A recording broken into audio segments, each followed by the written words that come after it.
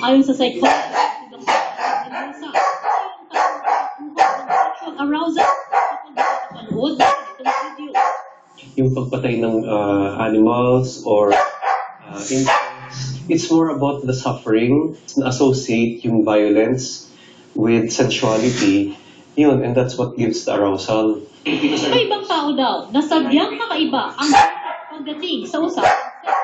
Pero natututunan din daw ang ugaling ito, lalo na ng mga biktima ng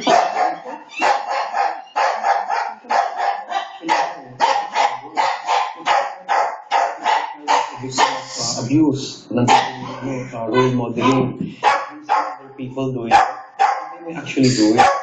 Pero para din, atensyon, kasi